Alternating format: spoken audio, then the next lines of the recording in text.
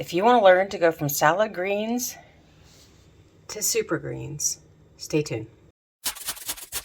Hey folks, it's Darcy from the Purposeful.com, and let me put a little note in here before we start. We are taking salad greens, dehydrating them, and putting them into super green powder, just like this, with a little twist, so stay tuned. Okay, as you can see, our little twist is a food processor. So what I've got here is a tray full of whole greens, so that you can see if you loaded your tray up to dry your greens, just as they're whole leaf, that's how many that you would have.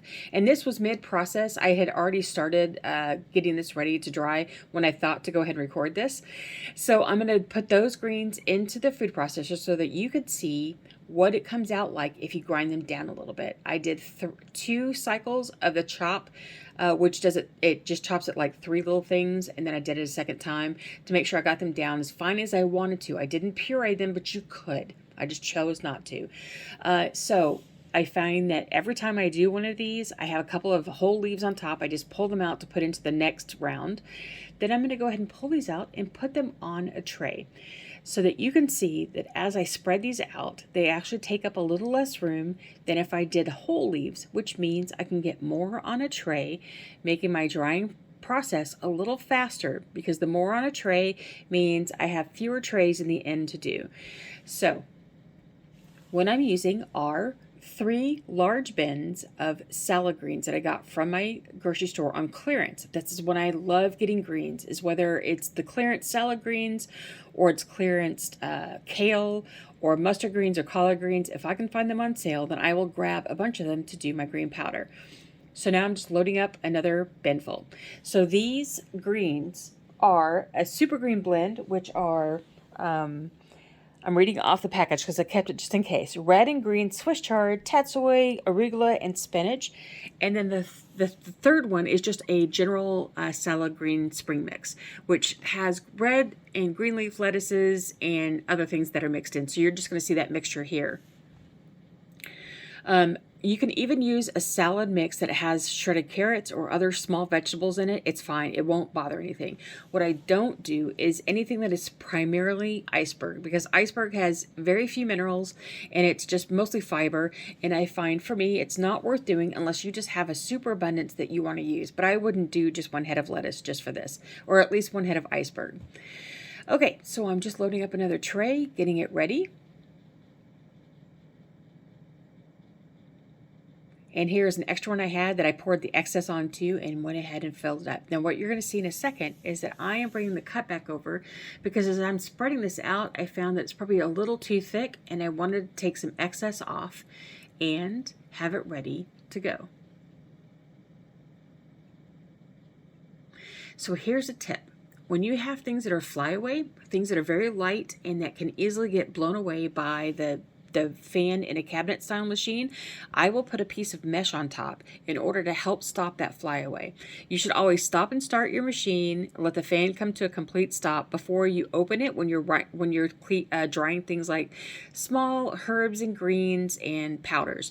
But this also helps stop that flyaway. What I also do is when I do full greens, I will use that mesh to help compress it so that I can put a tray in without having to remove the tray on top to make room for greens. So there's a tip for you for when you're doing other greens later. All right, here's our last tray. Let's get to dehydrating. What I'm going to do is just show you here. We are drying these herbs and greens. I do greens as low as I can possibly do them as well, at 95 degrees Fahrenheit, 35 Celsius. And I'm going to just let these go. We're going to get this started. I'm going to set the temperature to as low as it goes, because I like to keep my greens low and slow. Then I'm going to just set the temp to, it's not even going to take that long, but I just set it up high. I don't worry about it. Double check that. All right, let's get this started. Okay, before I go to bed for the evening, this is what they're like. They are dry. You might want to go through here occasionally and mess with them. Just to shovel them around, move them around if you find things are sticking. But do you see, even as packed as I got that tray, this is how much it shrank. Okay, I did find that as you do it, sometimes you get them starting to stick together. Just go through with your fingers and do that. So I'm going to let these dry overnight so that I can have these ready for the morning. So I will see you again tomorrow. All right, good morning, folks. I'm going to start pulling these out. I want to let you know this is going to be messy. So what you might want to do is have some sheets laid up on your workspace. But you can see where this is just the debris, not debris, the bits coming from the tray above it. They are going to release. You have a lot of small pieces that as you pull these out, they're going to break. And you're going to get a lot of tiny little pieces flying everywhere. I'm going to set some fruit leather sheets out on my workspace so that when I put this down, I can pour it onto the fruit leather sheets and gather a little more easily than trying to manipulate these mesh trays.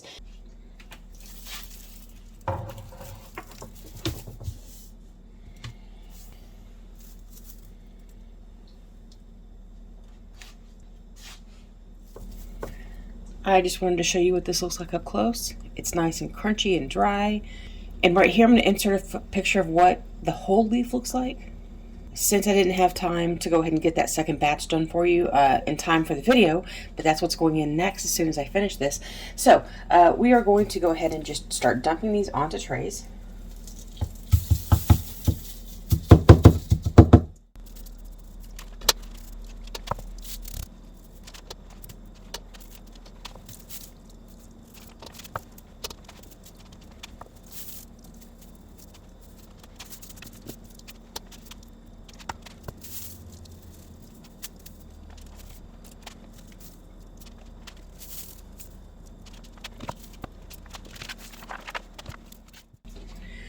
All right, lest you ask, my counter is clean. I just cleaned it before I put this down there, so that's why I don't have a problem scooping it back off the countertop. The fruit leather tray just helped, the fruit leather sheet helps contain a little more. Okay, so you know me. Those of you who've been here before, what happens next? You put this in a jar and you condition it. The thing about greens is that you have less likelihood of contained moisture than you do with other fruits and vegetables. And because I allowed it to dry much longer than it needed to overnight, it was just done when I went to bed last night. So I let it dry overnight to ensure that when I got up this morning, everything was completely dry. Now this doesn't necessarily work if you're using regular fruits and vegetables and you let it dry for 6 hours longer. You still want to condition it because you're trying to equalize the moisture between all the pieces in the jar, plus check for any moisture that's extra. So you're ensuring that what you're putting in there is going to be dry. When you put it in your pantry, then you know it's dry. The thing with greens is they don't require that much. They're not as dense. They dry out much faster. And so you can skip the conditioning phase here if you've given it ample opportunity to dry more than it needed to dry. Okay, so that's your choice. Wait for a few days and condition it, or run your machine for another, I do it for another overnight. So that's another 8 to 10 hours, depending on when I went to bed and when I get up and get in to take the stuff out of the dehydrator. Okay, typically when I do this, I do a large blender. I have a large Vitamix. It's the low-end Vitamix. It's not, it's a fancier blender, but it's not the high-end blender, okay? But what I wanted to do today was show you how, a bullet blender, a coffee grinder, a regular blender can be anything that you use to grind this up to green powder. So here we go. And while I'm loading, I'm going to, after doing this, to show you how it works, I still, probably, because I could get about another handful and a half of greens into, onto each tray. This did go a little bit faster than if I just did them all whole. It saves me the step of trying to crinkle this down, which is not too hard. You can crinkle this stuff easily. It just, do that and throw it in a jar and you're good. And then you can just toss a handful of this into a dish and have floaty greens on it like you would, and just have greens in there. But to make the powder, it just makes it a little easier to manipulate. I don't know. So for me, I don't find either method better than the other.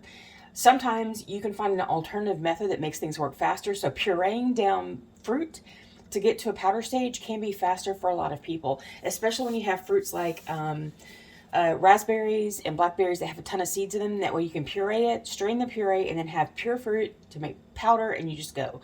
That can be faster, but to me, this doesn't make it go much faster. I'm going to say much faster, but it also depends on how many greens you have to work with.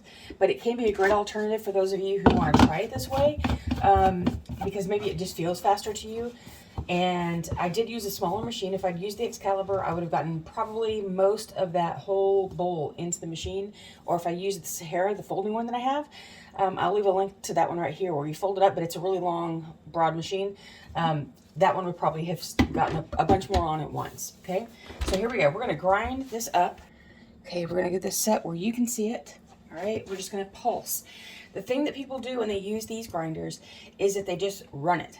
And then they wonder why things start getting stuck and clumpy on the inside. When you overgrind, you're creating so much moisture and heat that's making all of the sugars in whatever food you're doing just start clumping together and expanding and clumping. So do this. Pulse, pulse, pulse, pulse, then run, okay?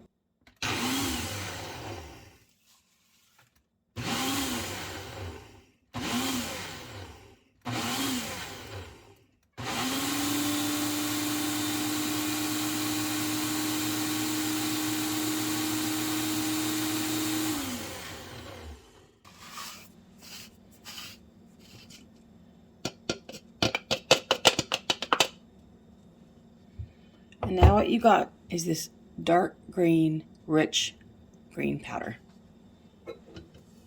Do the next batch.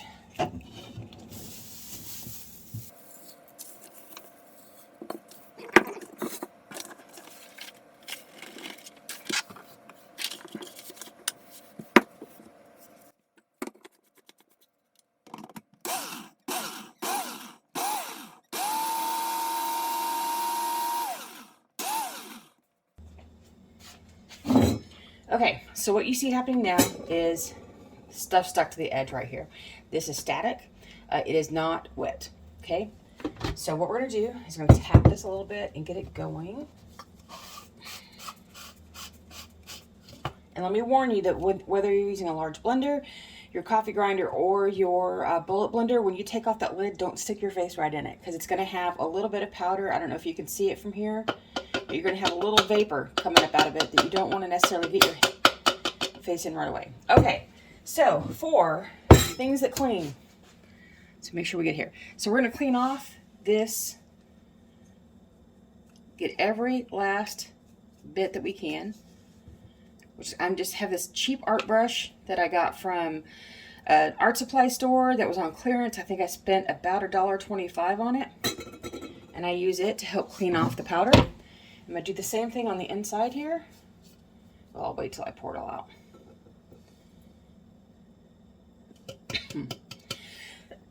Excuse me.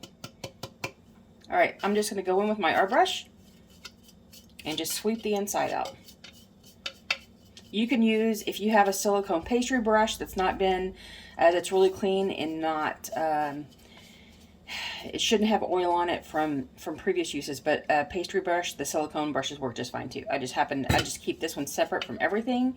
This one is only used for cleaning out my grinders. Okay, so we've got a really pretty clean jar, okay?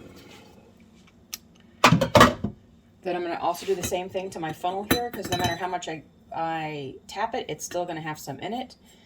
So I'm gonna help it all out. Okay, so we got out of about 3/4 of a pound of greens. Remember, greens have volume that's massive. This is a 30 ounces. Yeah, I had to double check. This was 30 ounces of greens. This got about half of that. So it's about 15 ounces, just shy of a pound, okay, of greens in. Okay, that is approximately 4 ounces of green powder. Okay, so what do I tell you? How do you store this? In an airtight jar, about the same volume as what you have in here. Now you're going to see I have a much larger jar than what's here, but I'm about to fill this up the rest of the way, or at least halfway, and then we'll see if I need to transfer it, but I'm going to also be using some of it. So what you don't want to do is leave this like this and let it store this way, okay? The reason being, the moisture and the air that's right here in this part of the jar will start to degrade these greens, because air, light, moisture are the enemies of food storage.